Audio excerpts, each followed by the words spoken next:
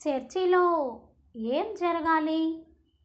ప్రతి ఆదివారం ఆరాధన సమయం మాత్రమే కాదు, వాక్యం నేర్చుకునే సమయం కూడా.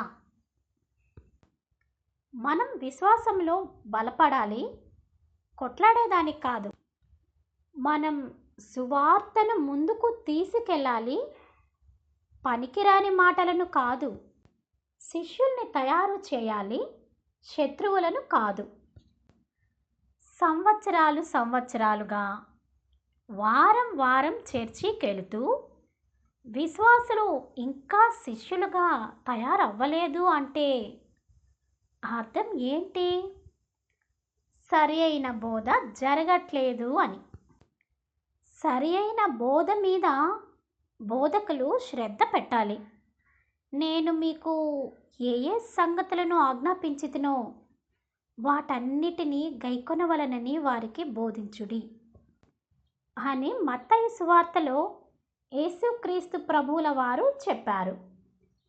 ప్రభువు తన శిష్యులకు ఏం బోధించాడో అవన్నీ బోధిస్తూ ఆయన శిష్యులు ఇంకొంతమందిని శిష్యులుగా తయారు చేయాలి.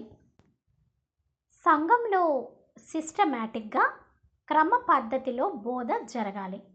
అప్పుడే శిష్యులు తయారవుతారు, లేకుంటే శత్రువులు తయారవుతారు.